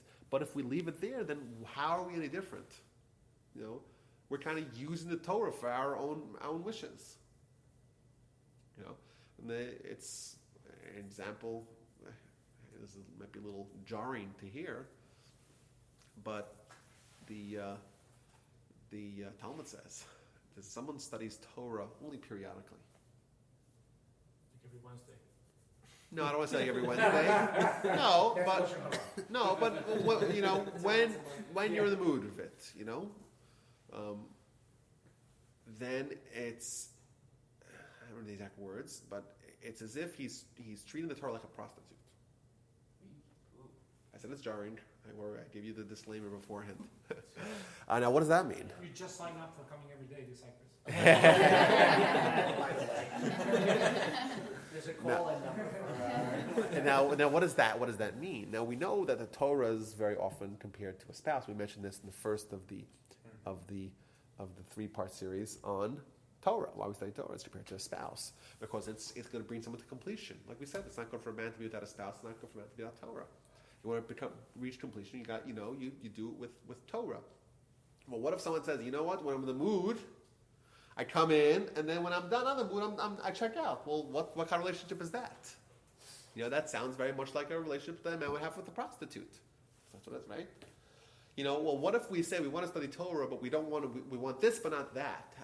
How is that an indictment on our relationship that we have with Torah? It's a terrible indictment. We say we want to study Torah, but we don't want to do any of the mitzvahs. We want to actually listen to the Torah. Well, what kind of relationship is that? It's also not a perfect relationship. So I think it's important for us generally, but specifically in something which is so action-oriented like the discussion we have tonight, it's important for us to not let the Torah be relegated to Wednesday nights when we study it, or whenever you're studying, but to actually have it perpetuate in the form of our behavior. And especially something like this, which is conversations. We humans talk for 6 hours a day or something like that? Something like that. We're very verbose. Right? That's what we do. We're conversational animals. And it's something that we could potentially encounter every day of our lives. I would say even not potentially, we probably do encounter it every day of our lives. And it's also something which is very easily fixed. It's not so hard. It might seem daunting if you actually did it like an analysis of, if you had a recording device that recorded your conversations for the entire day, and then you listen to it and you say, cut out the parts that are Lashon Hara, and then you would have 38% of my conversations there was Lashon Hara. But it's a switch. It's a certain switch where when you regulate yourself to not talk Lashon Hara, and that's it. And once you turn the switch on, then it's on. It's very easy to become habit forming. So I think it's important. So I encourage everyone to take this a step further. Okay? There was this thing, what's this, an HR trick? You put 10 quarters or dimes in your pocket. When you say something bad, you put it in your left, and if you see something good, you put it in your right. So at the end of the day, you see where you have the coins. Yeah, that creates a certain awareness for behavior. But the best kind of awareness is where you have a constant touch point with study. So I encourage everyone to get this lesson a day. I think it's a wonderful book. Get it, read it, and you'll see marked improvement very, very fast. So that's that, everyone. Thanks everyone for being here. This was wonderful, lovely. Thank you again, Diego and Vanessa, Aaron, Viyudit, for opening your home, not our home. Sorry, I'm taking your you'll be here every day too seriously. And we'll see y'all next week, but I'm not going to be here next week, so we'll have to talk about plans. Anyhow. You're not going to be here next week? week? We'll talk. I want to labor everyone with my summer plans. I have to find a location too next week, which maybe at Joe's. Well, we have another member, Lenny, who can't get out much.